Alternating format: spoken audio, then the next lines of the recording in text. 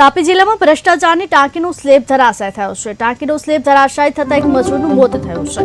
ઘટનામાં અન્ય લોકો પણ ઇજાગ્રસ્ત થયા। 18 મીટર ઊંચી ટાંકીનું કામ ચાલી રહ્યું હતું। વિનોદ પટેલ નામનો મહેસાણાની કંપનીને જો કે આ કામ અપાયું હતું। ટાંકીનું કામ ચાલુ હતું તે દરમિયાન અચાનક જ આ ઘટના બની છે।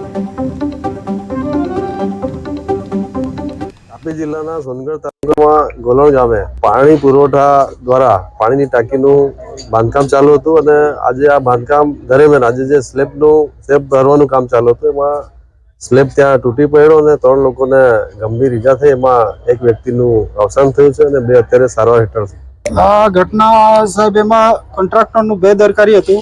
આગળ પણ અમે કીધેલું સરપંચ સાથે પેલા ફરતા હતા એ લોકોને કીધું કે પાણી છાંટો એમ, તો એ લોકોએ બિલકુલ આ પેલું બાંધકામ થઈ ગયું પછી બિલકુલ છાંટો પણ પાણી છાંટ્યું નથી।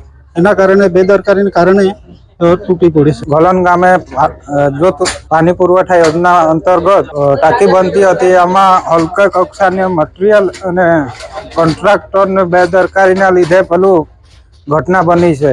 એમાં 2 જણા ઇજાગ્રસ્ત થયા છે, એકનું મૃત્યુ થયું છે। માંગ સખત કોન્ટ્રાક્ટર છે ને એને સખત કાર્યવાહી થવું જોઈએ અને જે મરી જનાર છે એને પરિવારજનોનો જે વળતર સારી રીતે મળવી જોઈએ। તાપી જિલ્લા